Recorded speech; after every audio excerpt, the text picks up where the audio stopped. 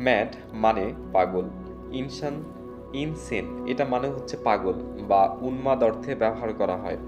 তবে এই ম্যাড এবং ইনসেনের মধ্যে বেসিক কিছু পার্থক্য রয়েছে।